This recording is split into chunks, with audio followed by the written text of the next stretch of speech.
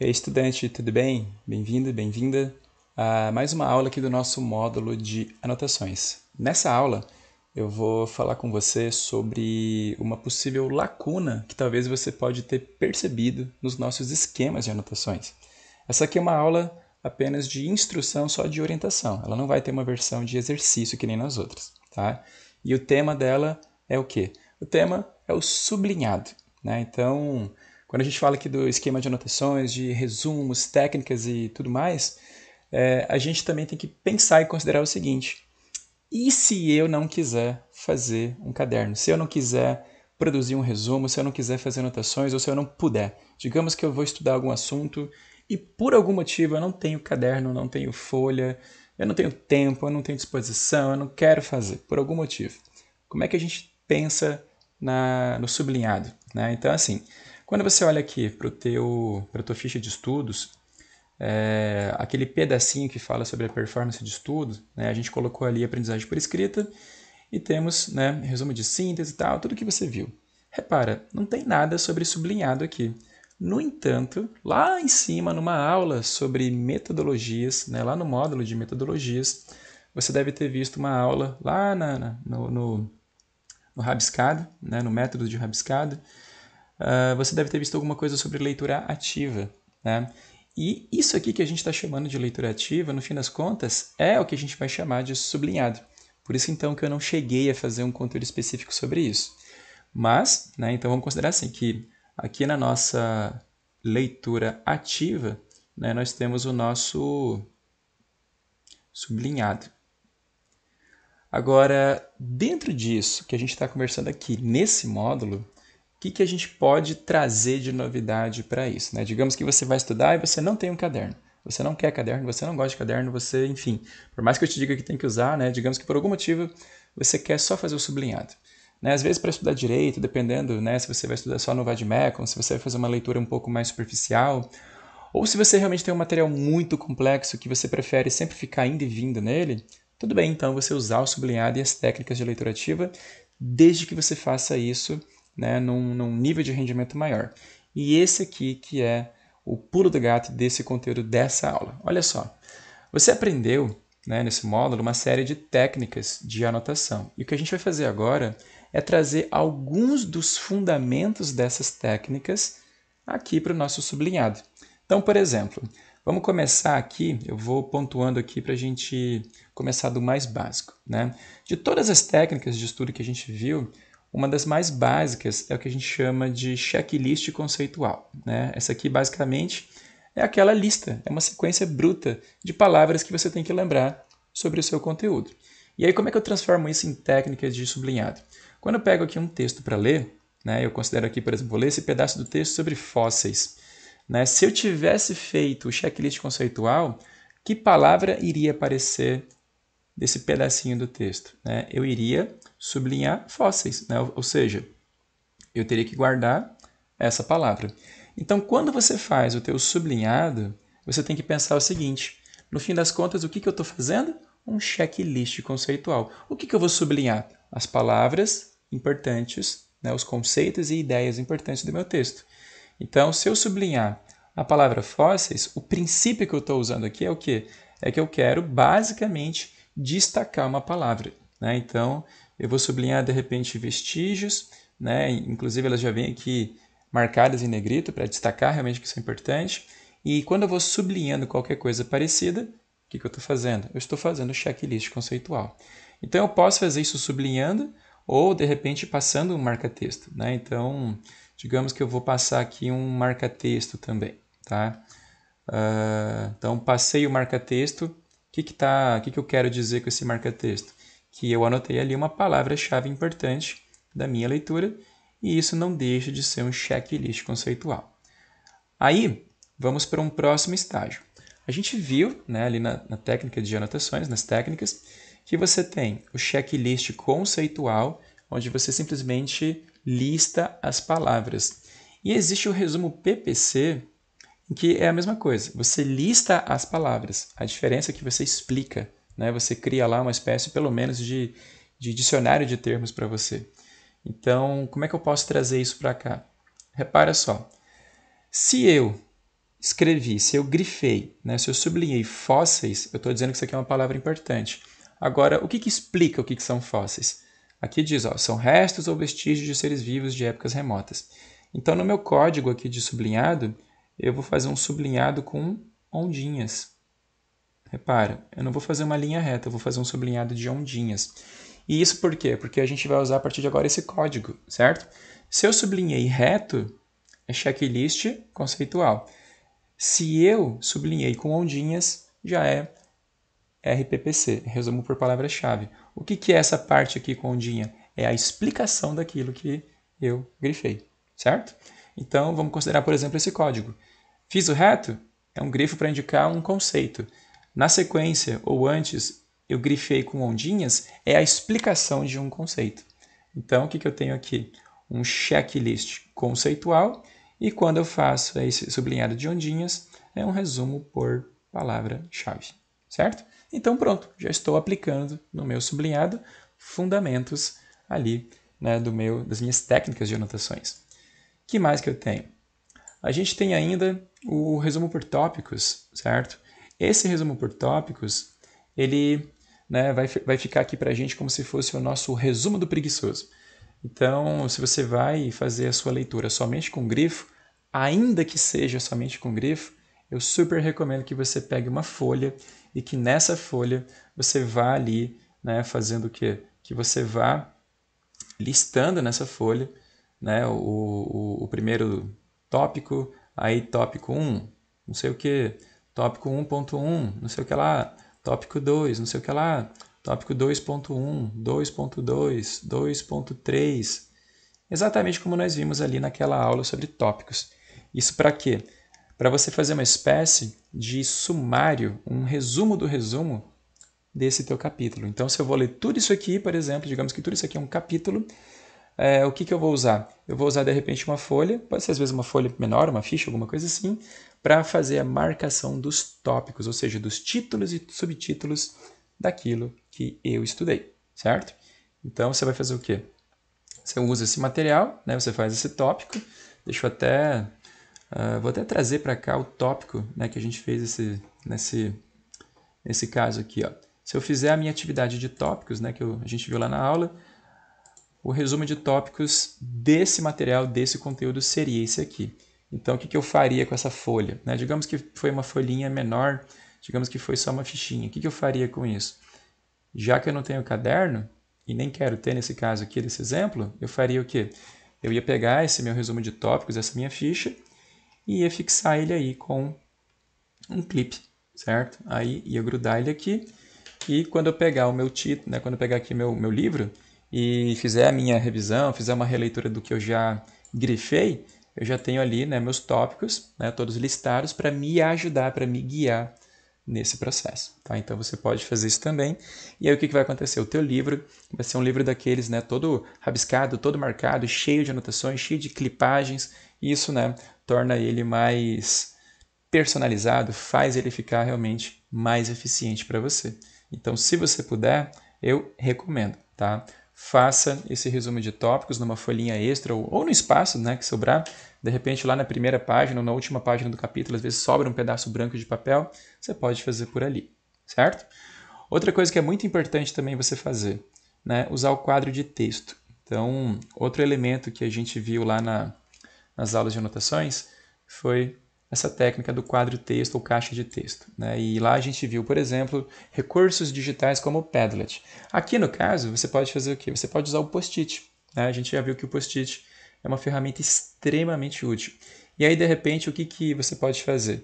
Se de repente você tem aqui um acréscimo de conteúdo que você fez por causa de uma questão que você acertou, por causa de uma questão que você errou, por causa de uma revisão que você fez, por causa de um simulado que você fez, e você quer acrescentar aqui um setor novo, né, um novo setor de informação. O que você faz? Você pega lá um post-it e coloca aqui a sua informação nova e atualizada da sua revisão ou do seu simulado, certo? E você escreve aqui essa coisa nova, traz ali para o seu post-it, né? E aí baseado nisso, você fixa ele onde for viável fixar, certo? E aí, uma vez que você faça essa fixação, você está colocando ali informações novas, camadas de informações novas. Você pode, inclusive, usar o princípio lá do Zettelkasten, né, da sumarização progressiva, né, vamos até colocar aqui também só para marcar que a gente está falando dele. Então, se eu fizer ali a caixa texto, né, o quadro texto que foi a quarta dica, vou botar aqui como quarta dica também integrado. Né, você pode fazer o quê? Você pode pegar, né, e criar camadas em cima do que você já escreveu. Então, digamos que você escreveu aqui uma primeira informação, e vamos chamar essa primeira informação de informação 1. Aí, para você não se perder, digamos que você tem ali uma continuidade dessa informação. Aí você faz o quê? Você coloca lá, você escreve, né, esse material ali extra que você acabou de escrever a mais, né, faz ali a tua atualização e vou botar aqui um código que isso aqui é um A, por exemplo, usando lá a premissa do Zettelkasten. E aí, de repente, eu vou trocar aqui de cor só para ficar mais fácil de visualizar. E vou colocar esse post-it grudadinho aqui em cima, certo? E aí, baseado na ordem, né, que eu estou escrevendo as coisas, eu consigo dizer, né, uma sequência lógica de camadas extras de informação que eu estou trazendo para o meu sublinhado. Então, aqui, eu já uso o quê?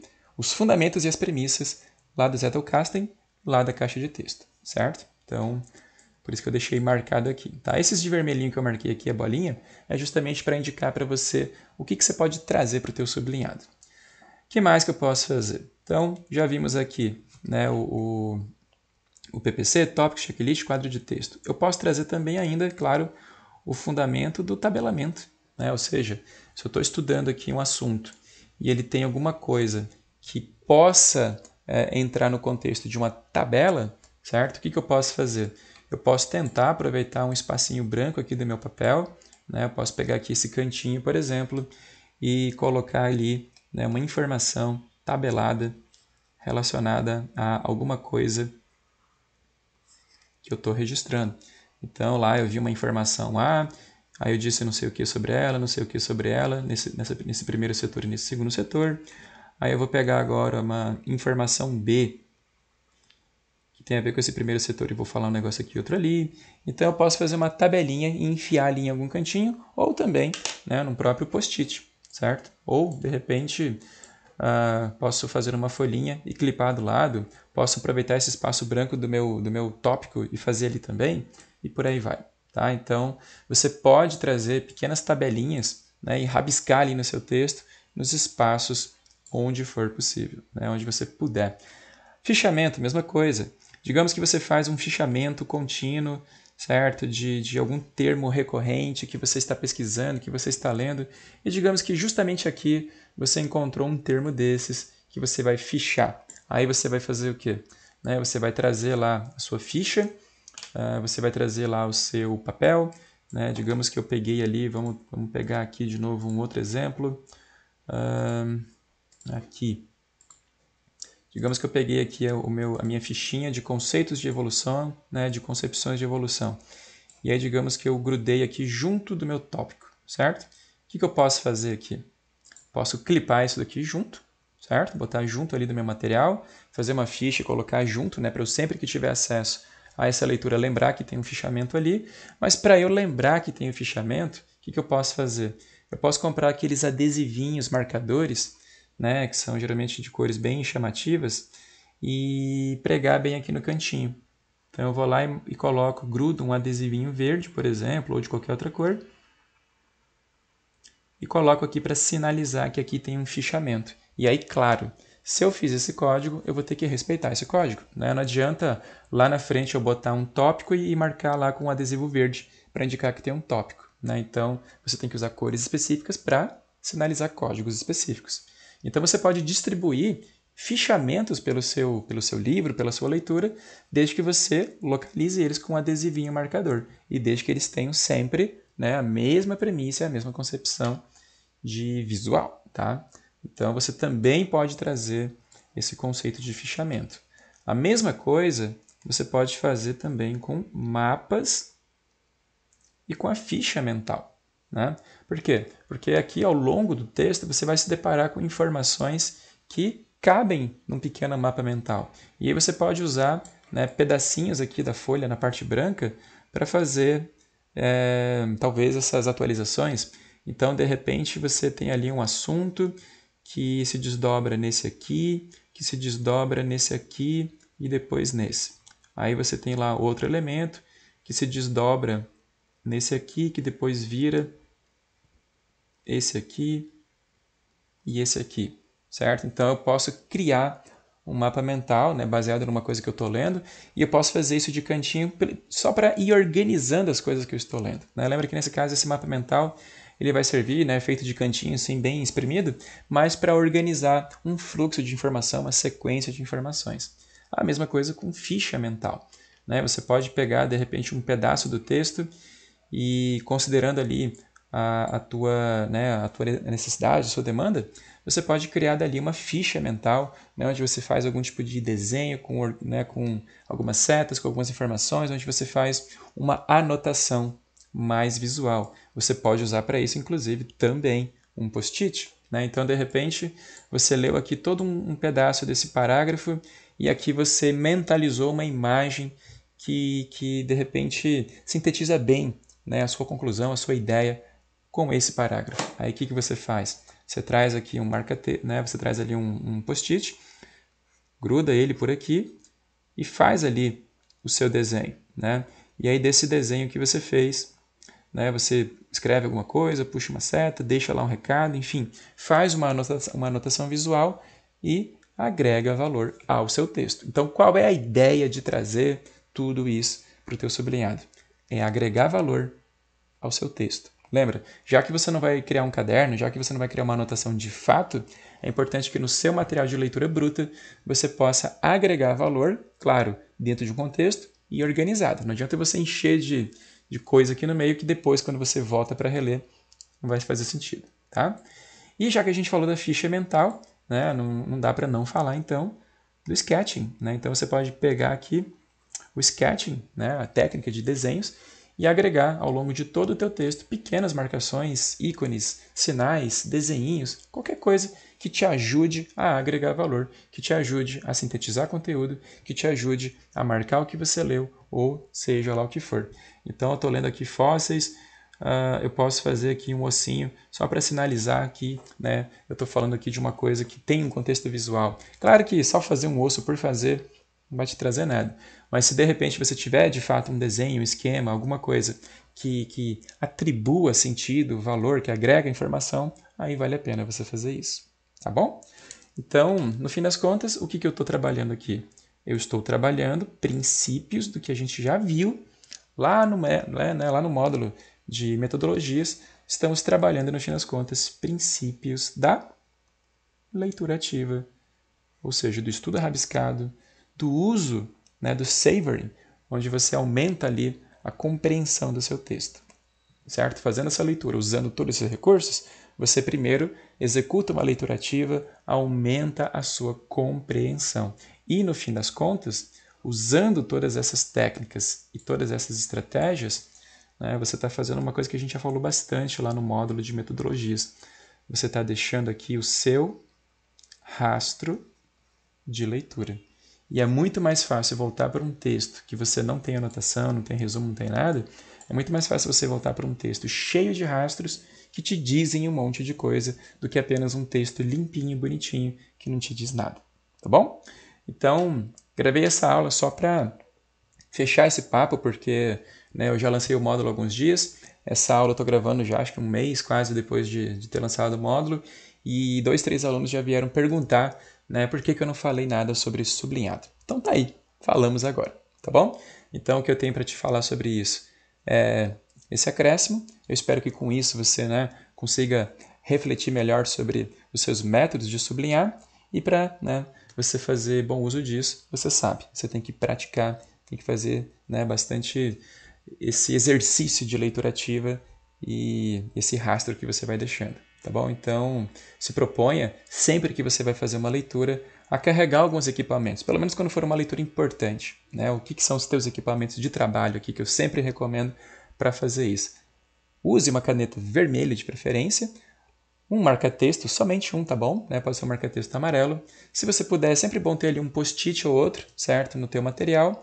E, se possível, né, aqueles adesivinhos marcadores que te ajudam bastante, tá bom? E é claro, clipes, fichas, folhas, alguma coisa ou outra você pode também precisar usar para colocar ali, para poluir um pouco, para botar material, para ter camadas extras ali de escrita, tá bom? Então eu creio que com isso você já tem ali bastante condição de fazer um bom trabalho no teu sublinhado e rabiscar tudo, deixando seu rastro de sabedoria, seu rastro de aprendizagem.